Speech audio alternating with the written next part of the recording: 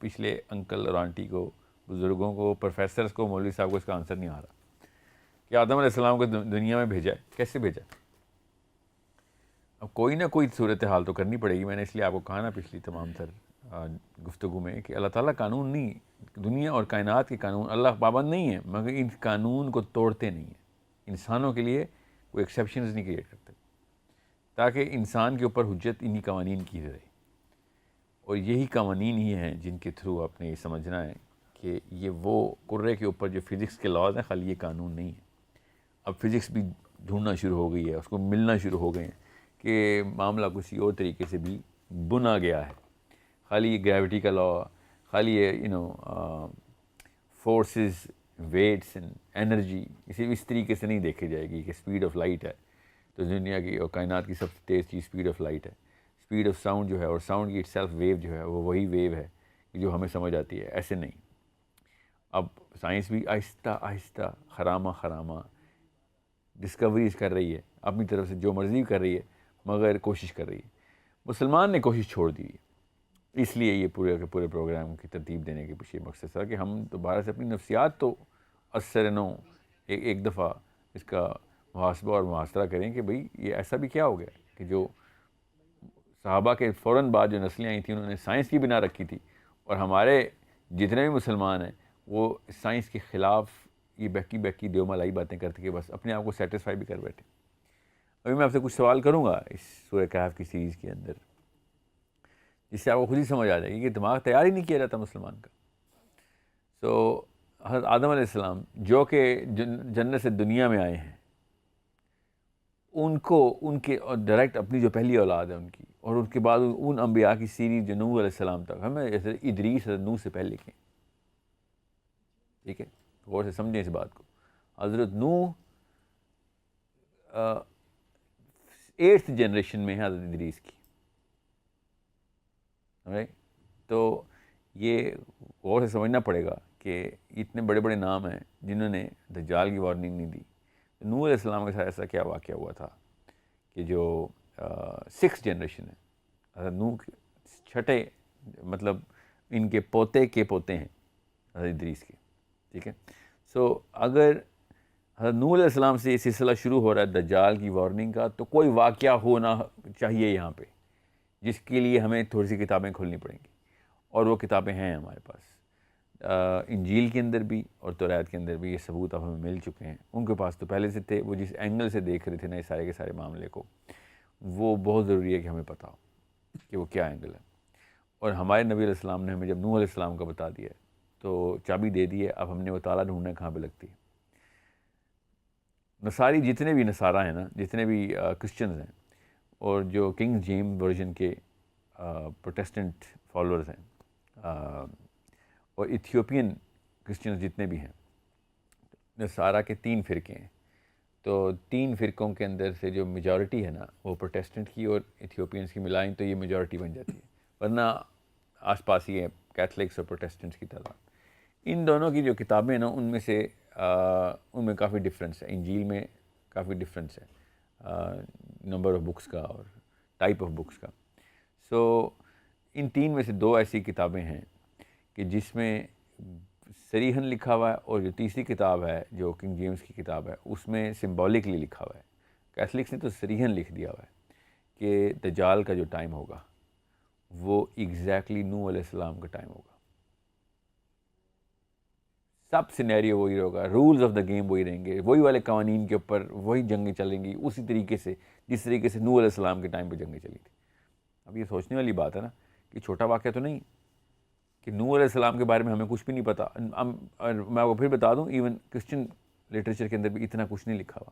انہوں نے ادریس کے اوپر علیہ السلام کے اوپر ایک کتاب لکھ دی ہے، مگر نوح علیہ السلام کے اوپر اس لیول کی ڈیٹیلنگ نہیں ہے سوائے سیلاب کی.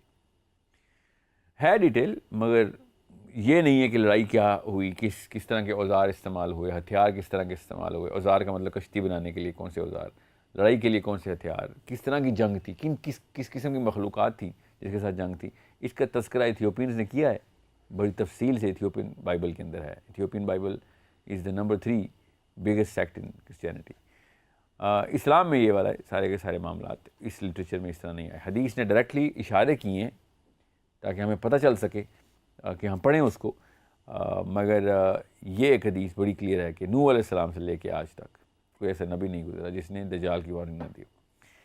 اب بات یاد رکھیے گا، اصلی کہانی آپ نے سورہ کہف کی پوچھی بھی ہے، اور سورہ کہف کا بیک ڈراپ میں آپ کو بتا رہا ہوں کہ توریت نے بھی بتا دیا جو کہ یہودیوں کی کتاب ہے، اور انجیل نے بھی بتا دیا کہ نوح علیہ السلام اور آخری دور ایگزیکٹ سیم ہونا ضروری ہے۔ یہاں تک کہ بشارتیں دی ہیں توریت نے کہ نوح علیہ السلام کے جو فالورز ہوں گے جو کہ بنی اسرائیل نہیں ہوں گے، بنی اسرائیل کے علاوہ جو قوم بچ جائے گی وہ نوح علیہ السلام، نوائٹس بولتے ہیں اس کو، نوح علیہ السلام کی امت کے لوگ ہیں کہ جو بھی حق کے اوپر ہیں، اللہ کی وحدانیت توحید کے اوپر ہیں، اور نوح علیہ السلام کی ڈسینڈنٹس میں سے ہیں۔ اب انہوں نے 2-3 اور نشانیاں کوالیفیکیشن رکھی ہوئی ہے، مقصد یہ نہیں ہے بات کا، اس لیے میں تفصیل میں نہیں جا رہا، مگر انہوں نے جب ایک بریکٹ بنانی تھی یہود کے علاوہ تو انہوں نے ان کو بھی ویٹو دے دیا، نوائٹس بولتے ہیں اس کو، نوح سے نوائٹس۔ اب یہ بات ضروری ہے یہ سوچی جائے، میں اس طرح تفصیل سے تو نہیں بتاؤں گا، نہ ہی ٹائم ہے اتنا، مگر اتنی کلیئر انڈیکیشن بتا دیتا ہوں کہ نوح علیہ السلام کی لڑائی صرف انسانوں سے نہیں تھی، دنیا پہ ہی تھی مگر صرف انسانوں سے نہیں تھی۔ نوح علیہ السلام کے ٹائم کے اوپر جو کچھ معجزاتی قسم کے معاملات ہوئے ہیں جس کے بیسک کامن سینس کے خلاف باتیں ہماری انسانی عقل میں سما ہی نہیں سکتی، مگر اللہ تعالیٰ نے قرآن میں بھی، انجیل میں بھی، توریت میں بھی بول دی کلیئرلی کہ پوری دنیا میں پانی آ گیا۔ سوچیں تو صحیح، یہاں تک کہ عام دماغ اس کو ہضم نہیں کر سکا، اتنا ایک ایب نارمل ایونٹ ہے کہ مسلمانوں کے اندر بھی شاخیں بن گئی کہ نہیں دنیا پہ تو نہیں سیلاب آ سکتا، حالانکہ توریت تفصیل بتا رہی ہے دنیا پہ سیلاب کی، ایتھیوپین بائبل، انجیل ساری، پھر اللہ تعالیٰ نے بھی سیلاب کی بات کی۔ اور دوسرا واقعہ جو بہت بڑا ہوا کہ نوح علیہ السلام نے سارے جانور اکٹھے کر لیے، ایک ایک جوڑا، یہ تو ہمیں پتہ ہے اس بات کا، سنا ہے آپ نے نا؟ آپ خود سوچیں کہ ایسی دنیا کی کون سی کشتی ہے جس میں دنیا کے جانور اکٹھے ہو سکتے ہیں؟ ہماری کامن سینس کے خلاف بات ہے۔ سو یا تو کشتی بہت ہی بڑی ہے، یا پھر دنیا کے سارے جانور اکٹھے نہیں ہوئے، یا پھر یہ دونوں تو ہوئے ہیں مگر وہ طریقہ کار بالکل فرق ہے جس طریقہ کار سے ہم نے اگر جانور اکٹھے کرنے ہو تو۔ اب جانور اکٹھے کرنے کا تو قرآن کی ڈائریکٹ آیت ہے، اس پہ تو ڈینائی نہیں ہو سکتا، اس کے اوپر لیکن اس کی توجیحات یہ نکالی جاتی ہیں اور تعویلات یہ کی جاتی ہیں کہ جو دماغ نہیں سما سکتا اس پورے علم کو یا اس پوری نالج کو یا اس انفارمیشن کو بھی، وہ کیا کہتا ہے کہ نہیں سارے جانور نہیں ہیں، تو نوح علیہ السلام نے جو بھی جانور تھے اس علاقے کے وہ اکٹھے کر کے جتنے بھی 8-10 جوڑے تھے وہ کشتی میں ڈال دی، اور کتنے جان ڈال سکتے ہیں، کیونکہ عام دماغ کے بس کی بات نہیں ہے۔ غور سے سمجھیے گا، دجال بھی عام دماغ کے بس کی بات نہیں ہے، بس یہ یاد رکھیے گا یہاں پہ مقصد دجال ہے، یہاں پہ اینڈ آف ٹائم ہے، آخری زمانہ ہے، اور کہانی نوح علیہ السلام سے شروع کرنی پڑتی ہے ہر دفعہ۔ اور ہم نے آج تک اسلامک لٹریچر میں آپ نے کبھی کسی اسکالر کو سنا ہے کہ نوح علیہ السلام سے کھینچے کہانی؟ No, because there has to be a very scientific angle to look at this. اور خود انجیل گواہی دے رہی ہے، میں کون سی سائنس کے، آئنسٹائن نے تو نہیں لکھی نا انجیل، انجیل نے جب گواہی دی ہے کہ دجال کا ٹائم نوح علیہ السلام کا ٹائم کا ری پلے ہے۔ ابھی میں بتاتا ہوں کیسے کیسے ری پلے۔ سو دجال کیا کرے گا؟ دائیں ہاتھ میں جنت اور بائیں ہاتھ میں دوزخ لے کے پھر رہا ہوگا، اور نبی اسلام نے شاہ فرمایا کہ اس کی جنت جو ہے نا وہ دوزخ ہے اصل میں، اور جو اس کی دوزخ ہے وہ جنت ہے، اور تب جب تمہیں وہ کہیں نہ کہ میں نے تمہیں دوزخ میں ڈال دینا، اور تو لپک کی چھلانگ لگا دو دوزخ میں، تم اللہ کی جنت میں ہی پہنچو گے، اور جو اس کی جنت ہے اس میں جو لوگ چھلانگ لگائیں گے وہ دوزخ میں ہی جائیں گے۔ اب یہ والی کہانی یہیں تک کیوں روکی جاتی ہے؟ کوئی بھی ایک مسلمان یہ کیوں نہیں پوچھتا کہ اماں ابا سے یا مولوی صاحب سے، پروفیسر سے یا اپنے بڑوں سے کہ یہ جنت اور دوزخ ہاتھ میں کیسے اٹھاتے ہیں؟ ایسا کیا معاملہ ہے جو ان کے ذہن میں، کون سی تصویر آپ بتائیں، آپ کے ذہن میں کیا تصویر بنتی ہے کہ جنت اور دوزخ اٹھائی ہوئے تھے چال نے؟ کوئی خاص نہیں بنتی، وہی سمبولک ذہن چلا جاتا ہے کہ شاید کہ اس نے اصلی کوئی ایک علاقہ تیار کیا ہوگا، وہ جو قادیانیوں نے ربہ تیار کیا ہوا تھا، ادھر جنت ہوگی، اور دوسری طرف روڈ کے اس طرف دوزخ تیار کی ہوئی تھی اور ہر سینٹر میں کھڑا ہوتا ہے۔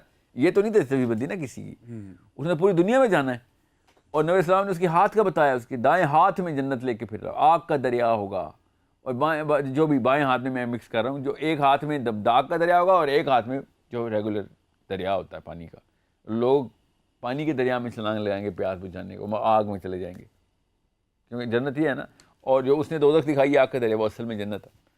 تو آگ کا دریا حدیث ہے، ہاتھ میں کیسے آتا ہے؟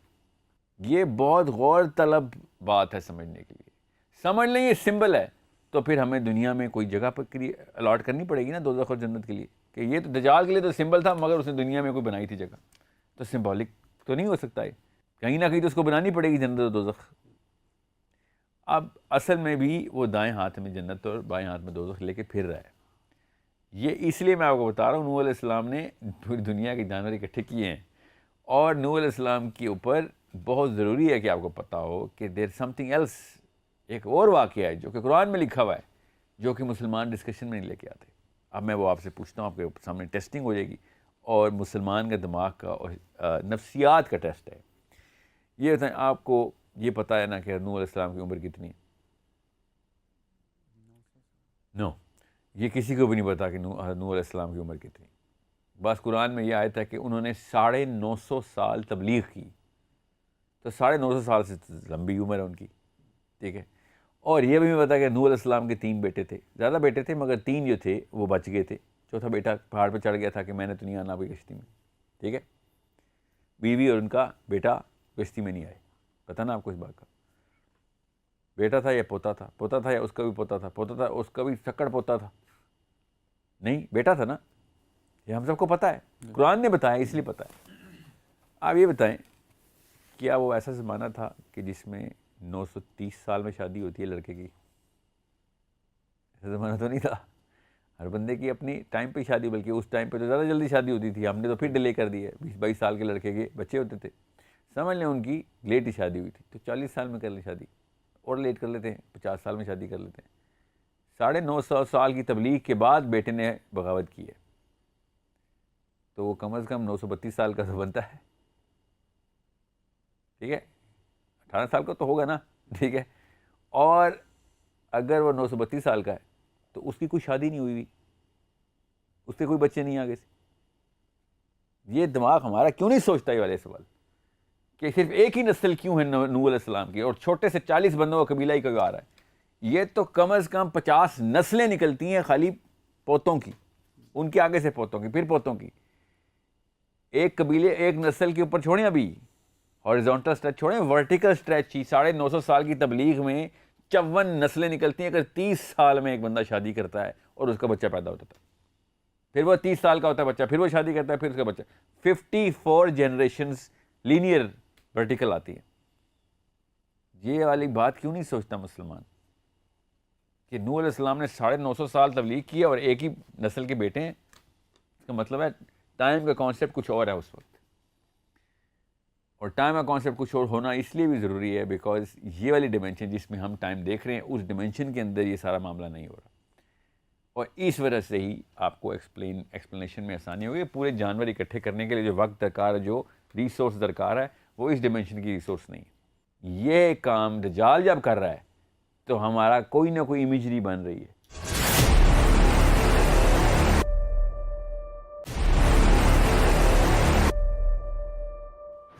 ٹھیک ہے، اس لیے میں آپ کو بتا رہا ہوں کہ نوح علیہ السلام، آپ کڑی جوڑنی پڑے گی کہ ساحل صاحب نوح علیہ السلام کے اوپر اتنی بحث کیوں؟ کیونکہ نوح علیہ السلام کے ٹائم پہ کوئی ایسی ڈیمینشن کھلی ہے، یا پھر کوئی واقعہ ایسا ہوا ہے جس کے تھرو دجال جیسی کسی چیز نے انٹری کر لی ہے پلانٹ میں، سمجھ رہے ہیں؟ اس لیے یا پھر نوح علیہ السلام نے دیکھ لیا کہ یہ پاسبلٹی ہے اس مخلوق کی آ جانے کی، اس لیے انہوں نے وارننگ دینی شروع کر دی ہے اپنی امتوں کو، سمجھ رہے ہیں؟ جیسے ہمیں پتہ ہے کہ نبی اسلام نے شاہ فرمایا کہ میں نے اسرافیل معراج کے اوپر، میں نے اسرافیل کو دیکھا کہ ہونٹ لگے ہوئے چپک گئے ہیں اس انسٹرومنٹ کے ساتھ، جو ہورن ہے جس میں ابھی سور پھونکا جائے گا، وہ ٹرمپٹ جو ہے۔ تو ابھی جب نبی اسلام نے دیکھ لیے تو آ کے ہمیں وارننگ دی نا کہ ابھی واقعہ بہت بڑا ہونے والا ہے، سمجھ رہے ہیں؟ سور پھونکا جائے گا۔ بالکل اس طریقے سے نوح علیہ السلام سے لے کے نبی السلام تک یہ دجال کی وارننگ جو ہے نا، یہ ہر نبی دے جا رہے ہیں، اور اس لیے نوح علیہ السلام کے اوپر میرا اتنا فوکس ہوتا ہے بیکاز میرا نبی علیہ السلام نے مجھے ڈائریکشن دکھائی کہ نوح علیہ السلام سے وارننگ چلی آ رہی ہے، اور انجیل نے تفصیل بتا دی، اور توریت نے تفصیل بتا دی۔ اس لیے کئی جگہوں کے اوپر میں نوح علیہ السلام کا ریفرنس دوں گا آپ کو۔ اب رہی بات سورہ کہف کی۔ سورہ کہف جو ہے نا، پہلے تو اس ڈیمینشن کو، اس ریلم REALM ریلم کو سمجھ لیں، اس جہان کو سمجھ لیں جہاں پہ سارے واقعات ہو رہے ہیں، بیکاز دجال کا کوئی بھی واقعہ نارمل نہیں ہے. پہلا دن اس کا جو ہے نا وہ میرا اور آپ کا ایک دن 24 گھنٹے کا ہوتا ہے، اس کا 1 سال کا دن ہے. 1 سال کا دن کیسے کرتے ہیں دجال کا؟ اس کا مطلب ہے کوئی اور ہی جہان ہے جہاں سے ٹیکنالوجی آ رہی ہے. دنیا میں تو کوئی ایسی ٹیکنالوجی نہیں ہے جو ایک دن کو 1 سال کے اندر کھینچ سکے. کوئی ایسا کام تو نہیں ہے دنیا کے اندر. اس کرے کو 1 سال کو، ایک دن کو 1 سال کرنے کے لیے اس کا اپنے مدار کے اوپر گھومنا بند کرنا پڑے گا، تب ایک دن 1 سال کا ہو سکتا ہے. ٹھیک ہے، یہ تو ہمیں پتہ ہے اس بات کا کہ دنیا اپنے ہی مدار پہ گھوم رہی ہے، تب کہیں دن پلٹتا ہے نا، دن اور رات کا تسلسل ایسے چل رہا ہے. تو اگر ایک دن کو 1 سال تک کھینچنا ہو جو کہ دجال نے کھینچنا ہے، تو وہ اس کرے کو روک لے گا یا اتنا سلو کر دے گا جتنا کہ ہمارے پاس مرکری ہے. مرکری کا ایک دن ہمارا 1 سال. وہ اتنا سلو گھومتا ہے اپنے مدار پہ کہ سورج کے سب سے قریب ہے وہ سیارہ، اور آدھا فروزن ہے، برف ہے اس پہ. کیوں؟ کیونکہ وہ آدھا حصہ نظر سورج کی طرف آتا ہی نہیں، اور جب آدھا حصہ سورج کی طرف آتا نہیں ہے تو جو دوسرا حصہ سورج کی طرف رہتا ہے وہ پگھلا رہتا ہے ہر وقت. تو آدھا وہ مولٹن ہے اور آدھا فروزن ہے، سمجھ رہے؟ کیونکہ وہ اتنے عرصے سے شروع سے ایسے ہی معاملہ چلتا آ رہا ہے. ہمارے لیے خالی ایک دفعہ یہ واقعہ ہونا ہے. کرۂ ارض کو ایک دفعہ کے لیے روکنے کی کوشش کرے گا یہ. وہ جیسے بھی روکے گا وہ ایک سپیڈ سلو کر دے گا پلانٹ کی، جس سے وہ ایک دن 1 سال کا ہو جائے گا. تو صحابہ نے اس لیے پوچھا تھا کہ یا رسول اللہ پھر نماز کیسے پڑھیں گے؟ کیوں؟ کیونکہ صحابہ کو تو پتہ تھا اس بات کا کہ ایک دن میں 5 نمازیں ہوتی ہیں، اگر 1 سال میں تو 5 نمازیں نہیں ہوتی. ٹھیک ہے، تو پروفیسر صلی اللہ علیہ وسلم نے بھی یہی کہا کہ سورج نہیں نظر آئے گا تم نے اندازے سے کرنا ہے. کیونکہ سورج کیسے نظر آئے گا؟ 1 سال کے اندر آپ ایک طرف رات ہو چکی ہے تو 1 سال اب رات ہی رہے گی نا، ایٹ لیسٹ 6 مہینے تو رات رہے گی. تو آپ کو کیسے پتہ چلے گا فجر کا ٹائم ہے یا ظہر کا؟ ظہر تو سورج کے سر پہ آنے پہ ہوتی ہے.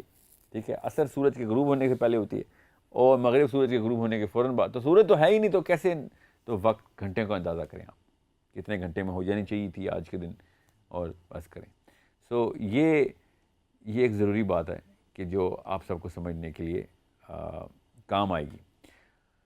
اب رہی بات سورہ کہف، ساتھ ساتھ میں دجال کی کڑی جوڑتا رہوں گا، آپ کو سمجھ آ جائے گی. یہودیوں کو نا توریت سے پتہ تھا کہ کہانی شروع ہو چکی ہوئی ہے. یہاں تک کہ اتنا پتہ تھا کہ یہ والے پیشن گوئیاں یہودی آپس میں بھی اور لوگوں کو بھی بتاتے پھرتے تھے. اتنا کلیئر انڈیکیشن تھی ان کے پاس کہ جروسلم سے مدینے کی ایلیمنٹری سیٹلمنٹ نبی علیہ السلام سے 100 سال پہلے ہو چکی ہوئی تھی. 100 سال پہلے ایلیمنٹری سیٹلمنٹ کا مطلب ہے الگ الگ علاقوں میں یہودی بسیرا شروع کر دیا تھا، اور باقاعدہ بتاتے پھرتے تھے کہ ابھی نبی نے آنا ہے، ادھر ایک علاقے میں نبی نے آنا ہے. اور 2 الگ الگ ایک ہی طرح کے علاقے ہیں، مگر مدینہ کی طرح کی کوئی جیوگرافیکل سملیرٹی ہے، مگر زیادہ تر یہودیوں کو پتہ تھا کہ مدینہ میں ہی آنا ہے نبی نے. اس کا ثبوت کیسے پتہ ہمیں؟ حضرت سلمان فارسی مسلمان نہیں ہوئے تھے ابھی، وہ اپنے سفر پہ ہی تھے، ایک نہ ایک پادری کے ساتھ رکے رہتے تھے اور نبی کی تلاش میں ہی تھے، ہدایت کی تلاش میں تھے. تو ایک استاد چن لیتے تھے، ڈھونڈتے تھے. وہ ایک استاد فوت ہونے سے پہلے دوسرے استاد کا بتا رہا تھا، یہاں تک کہ آخری استاد بھی جو پادری تھا وہ فوت ہو گیا، اور اس نے مرنے سے پہلے کہا کہ ایک نبی نے آنا ہے. ٹھیک ہے، اور تم اس کا ویٹ کرو، اور میرے پاس اور تو کوئی نہیں بندہ سے بندہ بچا جو حق کی اوپر قائم ہو، جو پادریوں کی جو اصلی کرسچنس تھے.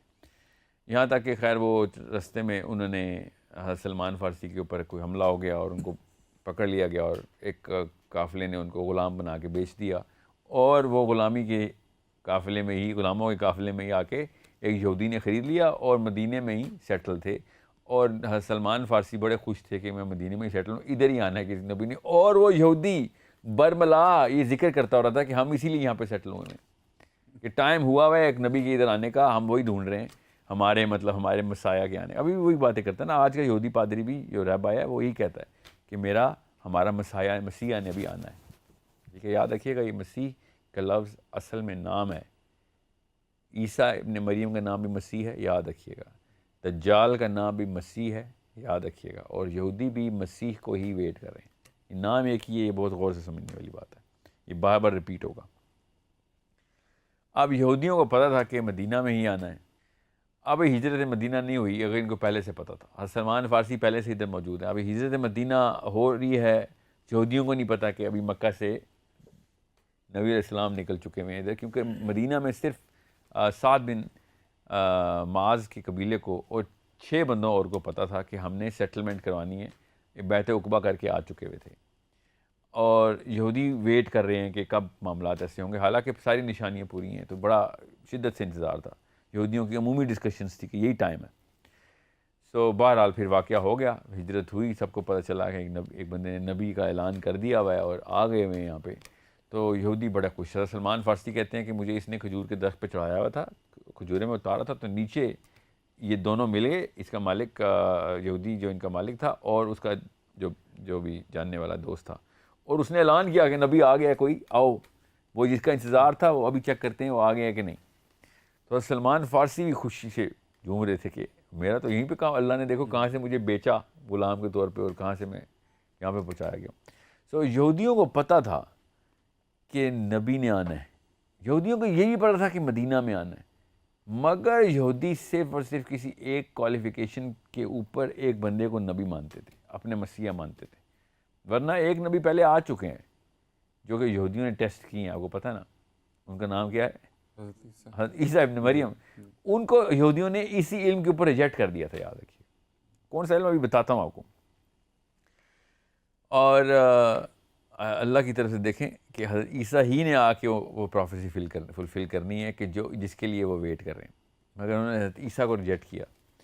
اور جب یہ حضرت سلمان فارسی نے سنا کہ آ گیا ہے نبی, آ گئے ادھر, تو یہ بھی اترے, جانے کا انتظار کیا اور نبی علیہ السلام سے جا کے مل کے آئے. ان کے پاس عیسائیوں کی دیوی پادریوں کی 3 نشانیاں تھیں, وہ انہوں نے جا کے چیک کی. حضرت نبی علیہ السلام کے پاس گئے اور کہا کہ یہ کھانا جو ہے نا یہ صدقے کا ہے, میں آپ کے لیے لائی ہوں, آپ لوگ بھی کھائیں. تو نبی علیہ السلام نے کہا, شکریہ ادا کیا اور صحابہ کو دیا کہ آپ میں سے کوئی کھا لیں. تو حضرت سلمان فارسی دیکھتے رہے کہ نبی علیہ السلام نے نہیں کھایا. سو اس طرح ایک مہر کی نشانی تھی, مہر نبوت کی, جو کہ حضرت سلمان فارسی نے خود, جو نبی علیہ السلام کے جسم مبارک پہ مہر ہے, وہ خود دیکھنے کے لیے ایک خاص ترکیب بھی لڑائی اور دیکھ لیا. تو اس طریقے سے سلمان فارسی بھی چیک کر رہے ہیں کرسچنس کی دیوی نشانیوں کو, اور یہودیوں نے آ کے بھی چیک کرنی تھی, اور یہودی آئی بھی. پھر یہودیوں نے آ کے نبی علیہ السلام سے پھر کچھ سوال کیے.